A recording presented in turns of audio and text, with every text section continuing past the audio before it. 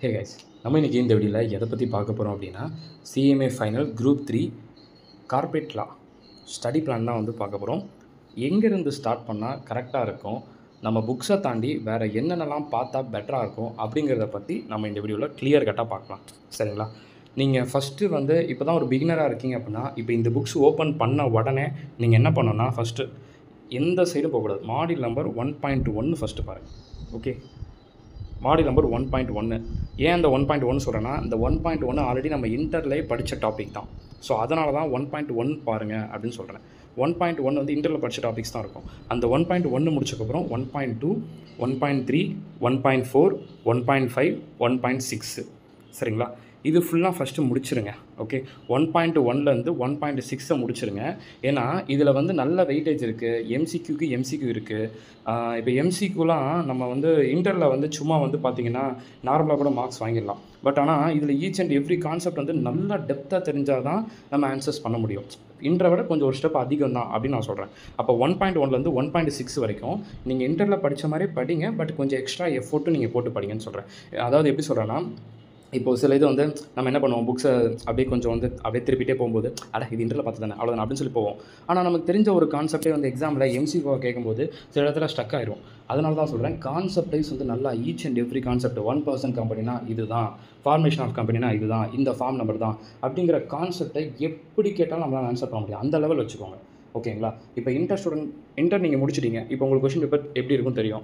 அதே மாதிரி ஃபைனலோட question paper கொஞ்சம் பார்த்தா தான் உங்களுக்கு ஒரு ஐடியா கிடைக்கும். ஃபைனல் கொஷின் பேப்பர் எந்த மாதிரி பார்க்கணும் அப்படின்னு சொல்கிறேன்.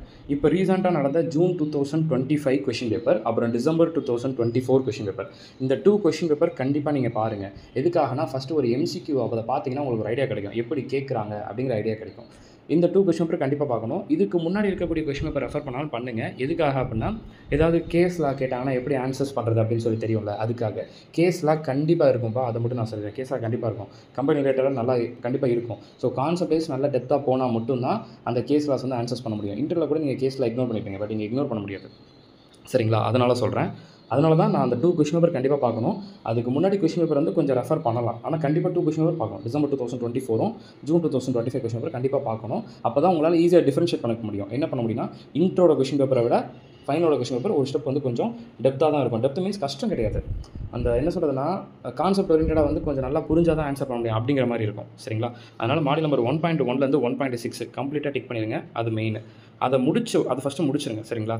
ஓகே, அதை முடித்த உடனே என்ன பண்ணுறீங்க அப்படின்னா, சில பேர் இன்னொன்று சொல்கிறேன்ப்பா ப்ரோ, நான் எப்போயுமே வந்து ஃப்ரண்ட் பேஜ்லேருந்து தான் ஃபஸ்ட்டு பேஜ்லேருந்து லாஸ்ட் பேஜ் வரைக்கும் தான் ஆர்டர் போவேன் அப்படின்னா, நான் இப்போ சொல்கிறத நீங்கள் ஃபாலோ பண்ணாதீங்க.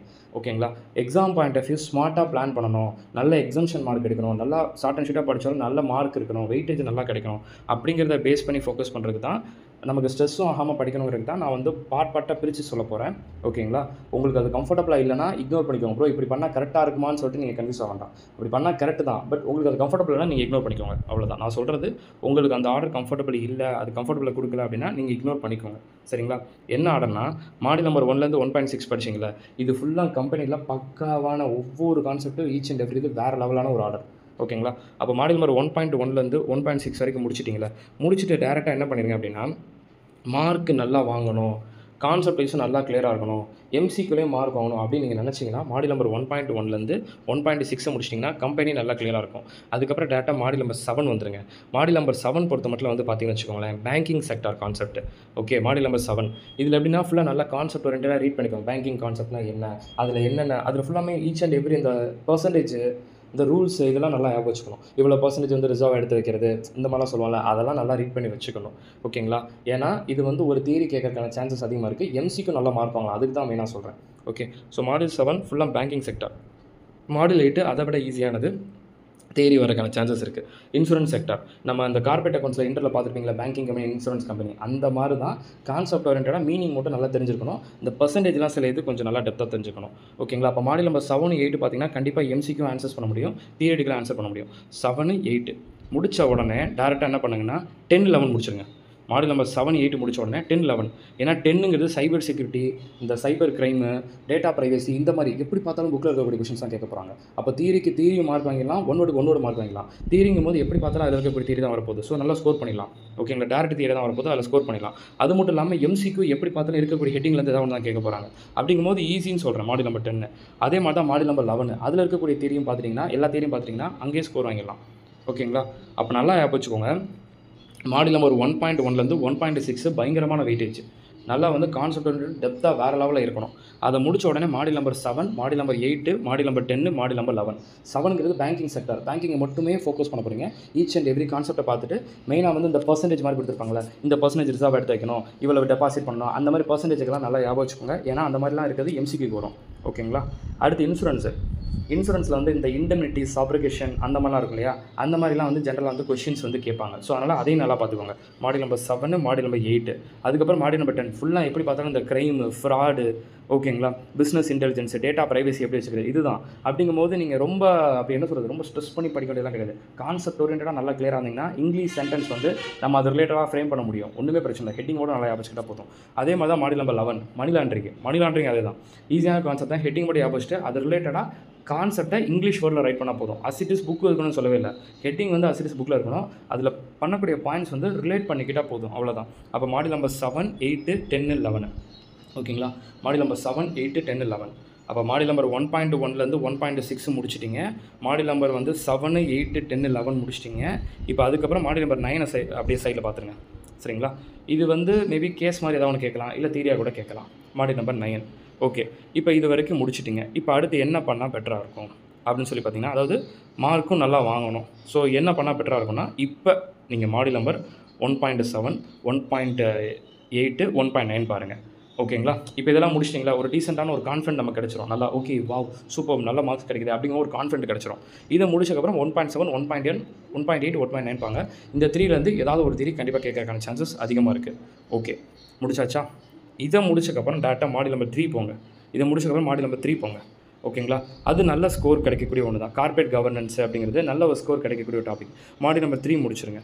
3 முடிச்சக்கப்புறம் வந்து பார்த்துக்கிட்டிங்க அப்படின்னா, மாடல் நம்பர் 4 ஃபுல்லாக செபி பற்றி இருக்கும். மாடல் நம்பர் 5 காம்படிஷன் பற்றி இருக்கும். மாடல் நம்பர் 6 ஃபெமா ஃபெரா அதை பற்றி இருக்கும்.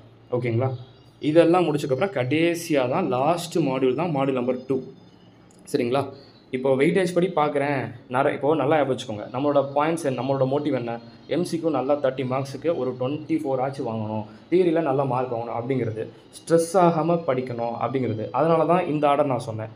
ஓகேங்களா, ஏன் அப்படின்னா, இப்போ சில டாபிக்ஸ்லாம் வந்து இப்போ நீங்கள் மாடல் நம்பர் 2 ஸ்டார்டிங்கில் எடுக்கும்போது உங்களுக்கு எப்படி ஃபீல் ஆகும்னா, என்னடா அது இவ்வளோ கான்செப்ட் இருக்குது, இது எப்படி நம்ம புரிஞ்சு எந்த மாதிரி பண்ண போகிறோம் அப்படிங்கிற ஒரு ஸ்ட்ரெஸ் வரும், ஒரு பேனிக் ஆவீங்க, ஒரு பயம் வந்துடும், என்ன பண்ணுறது எது பண்ணுறதுன்னு தெரியாது. அப்போ அதுக்கு பெட்டர் வந்து இந்த மாதிரி ஒரு ஆர்டரில் போய்ட்டோம்னா நமக்கு வந்து பயம் இருக்காது. ஒரு டாபிக் படிக்க ஒரு கான்ஃபிடென்ட் வரும். அந்த கான்ஃபிடென்ட்டை வச்சு நம்ம ஈஸியாக வந்து நம்ம ஃபோக்கஸ் பண்ணிக்க முடியல.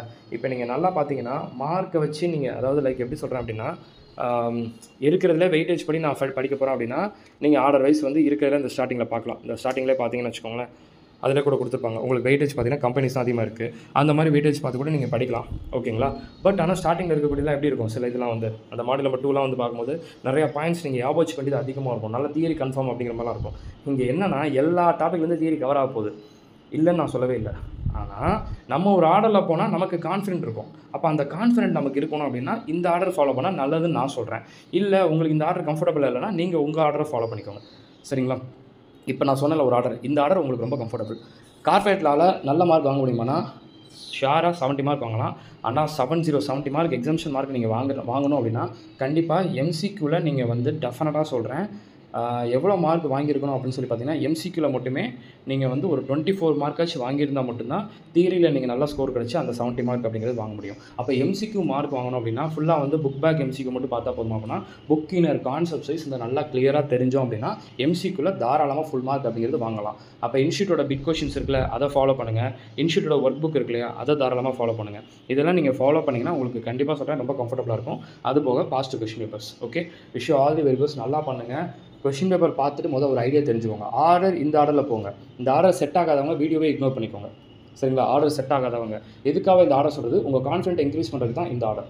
ஓகேங்களா? ஏன்னா ஸ்டார்டிங்லேருந்து நம்ம படிக்கும்போது மாடியூல் நம்பர் 2 எடுக்கும்போது நமக்கு என்னன்னா ஒரு கான்ஃபிடென்ட் அந்த இடத்துல ஸ்டக் ஆகும். என்னடா அது இந்த டாபிக்லாம் பார்த்து நம்ம என்ன பண்ண போகிறோம் அப்படிங்கிற ஒரு கான்ஃபிடென்ட் உங்களுக்குள்ளே டவுன் ஆகும். அந்த டவுன் ஆயிடக்கூடாது, எம்சிக்யூல நல்ல மார்க் கிடைச்சணும், தியரியும் டக்குன்னு மார்க் வேணும் அப்படிங்கிறதுக்காக தான் இந்த ஒரு ஆர்டர் சொல்லியிருக்கேன். இந்த ஆர்டரில் ஃபாலோ பண்ணுங்க. உங்களுக்கு ரொம்ப ரொம்ப ரொம்ப இம்பார்ட்டன்ட் பெஸ்ட்டான ஒரு ஆர்டர். கதை எழுதலாம் ப்ரோ அப்படின்னா இந்த பெர்சன்டேஜ் இதெல்லாம் வந்து கதை எழுத முடியாது, ஹெட்டிங்கை மாற்ற முடியாது. பட் உள்ள சென்டென்ஸ் ஃப்ரேம் பண்ணுறீங்களா, இஸ் வாஸ் அது மாற்றி பண்ணிக்கலாம், பிரச்சனை இல்லை. அது வந்து அப்படியே காப்பி பண்ணி மக்கப் பண்ணணும் அப்படிலாம் தேவையில்லை. அது ரிலேட் பண்ணிக்கலாம். பட் உள்ளே இருக்கக்கூடிய ரூலை தான் நீங்கள் மாற்ற முடியாது நான் சொன்னேன். இங்கிலீஷ் வேர்டு வந்து எல்லாருக்கும் நான் சொல்லும்போது ஒரு வேர்டு இருக்கும், நீங்கள் சொல்லும்போது வேறு மாதிரி இருக்கும். அது ஒன்றும் பிரச்சனை இல்லை. கான்செப்ட் அங்கே நீங்கள் சரியாக கொண்டு வரீங்களா, அந்த பர்சன்டேஜை யூஸ் பண்ணுறதெல்லாம் கரெக்டாக பண்ணுறீங்களா அப்படிங்கிறதா மெயின்.